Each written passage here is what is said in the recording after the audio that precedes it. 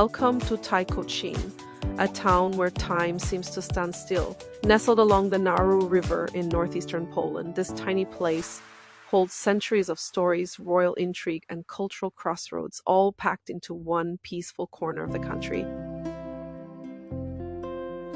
Tykocin is just 30 kilometers west of Białystok, and it's home to only about 2,000 people today. This is Tykocin's main square, cobblestones, colorful buildings, and it's quiet, almost too quiet. But don't let that fool you. This town was once one of the most important in the entire region.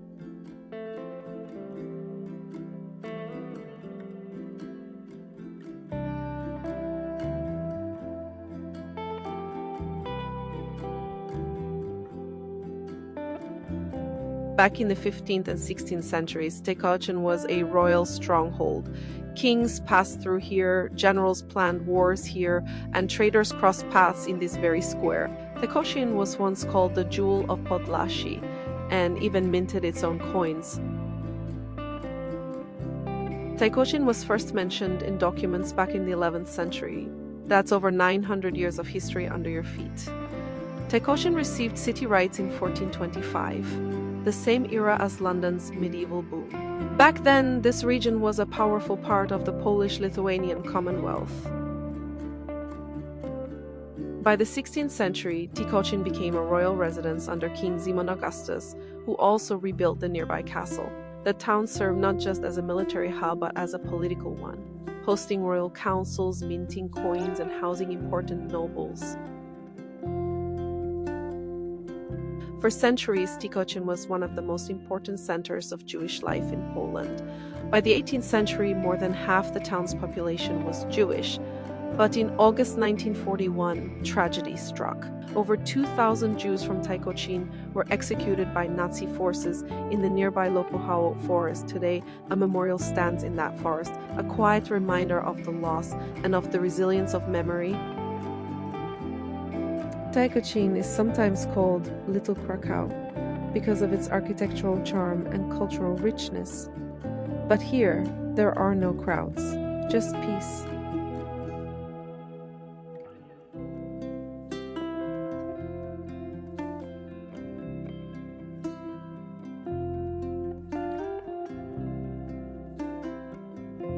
Tykocin Castle lies on the banks of the Narew River, not far from Białystok.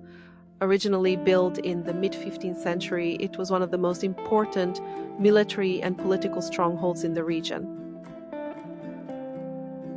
At first glance, it looks like a peaceful place, but this fortress has seen bloodshed, fire, and the fall of empires.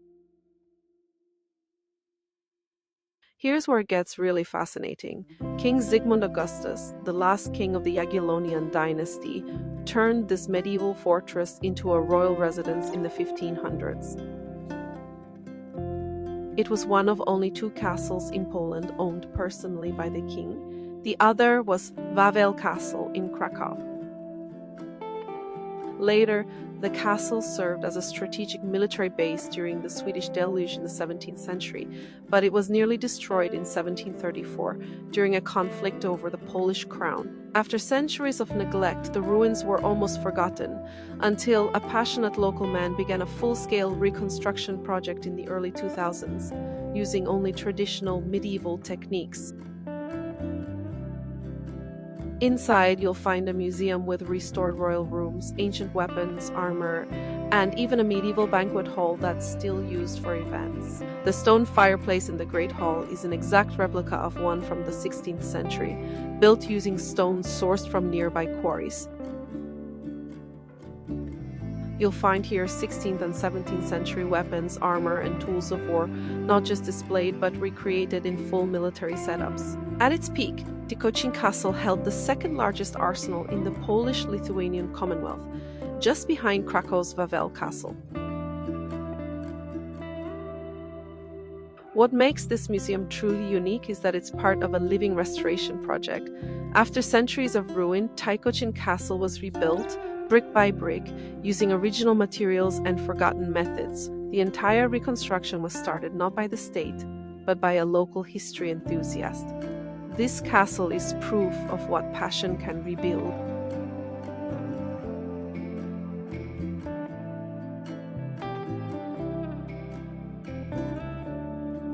Then there's the banquet hall, a candlelit medieval masterpiece where nobles once feasted, plotted, and performed rituals of war and peace. And yes, you can book a feast here during special events and reenactment weekends.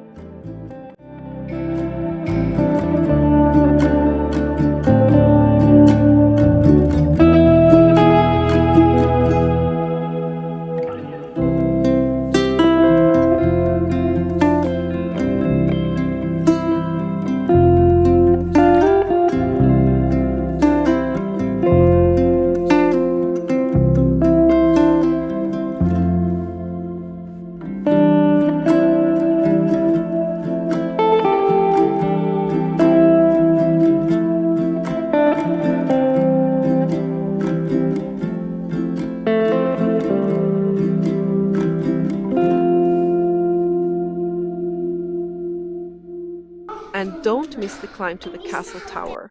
The panoramic view of Tykocin and the lush Podlaskie countryside is breathtaking.